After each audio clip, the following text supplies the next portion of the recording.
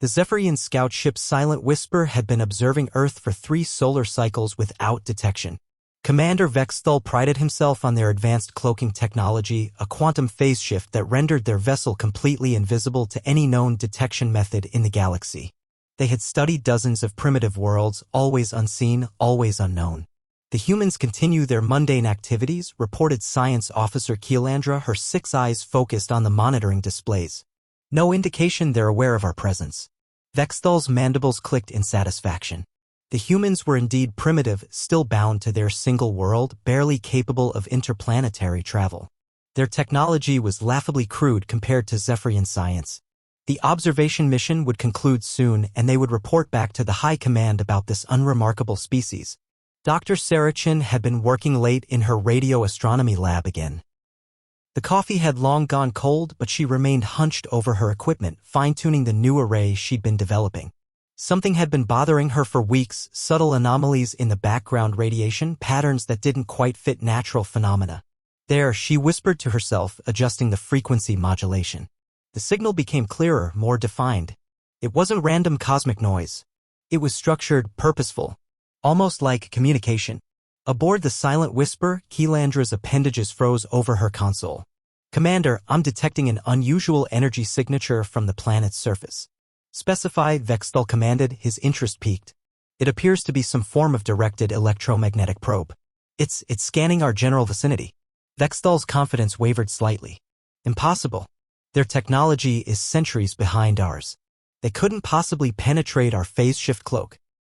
But even as he spoke, the scanning beam grew stronger, more focused. It swept across their position with increasing precision, as if someone or something was actively hunting for them. Sarah's heart raced as she triangulated the source of the anomalous signals. Whatever was up there wasn't natural, and it definitely wasn't human technology. She'd spent years studying every satellite, every piece of space debris in Earth's orbit. This was something else entirely. She made minute adjustments to her equipment, boosting the gain and narrowing the focus. The readings were incredible. There was definitely a large object maintaining a stationary position approximately 400 kilometers above the Pacific Ocean. An object that shouldn't exist. "Commander." Keelandra's voice carried panic. "The scanning beam is locking onto our exact coordinates." "How is this possible?" Before Vexthal could respond, their communication array crackled to life. A voice emerged from the speakers. Soft, distinctly human, speaking in clear English. "Hello up there," Sarah's voice drifted through the alien ship's systems. "I know you're listening. I've been tracking your position for the past 47 minutes. Your cloaking technology is impressive, but you're creating micro-distortions in the local electromagnetic field. Kind of like a shadow in the cosmic background radiation." The bridge fell silent. Every Zephyrian present stared at the communication console in disbelief. Sarah continued, her tone conversational, almost friendly. "I'm Dr. Sarachin, radio astronomer. I'm guessing you're some kind of research vessel, probably studying us." "That's fair, we do the same thing. But I thought you should know that your invisible ship isn't quite as invisible as you think." Vexthal's worldview crumbled. The primitive humans had not only detected them but had done so using technology he dismissed as obsolete. His mandibles clicked rapidly, a sign of extreme agitation. "Oh, and one more thing," Sarah added, and Vexthal could hear the smile in her voice. "Welcome to Earth. When you're ready to talk face-to-face instead of just watching from the shadows, I'll be here. Channel 142.857 MHz if you want to chat.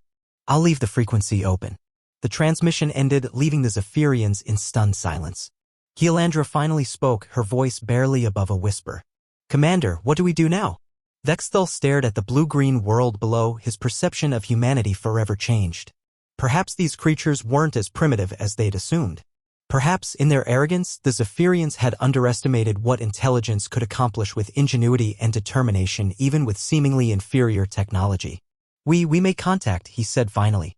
"It appears the humans have already made the choice for us."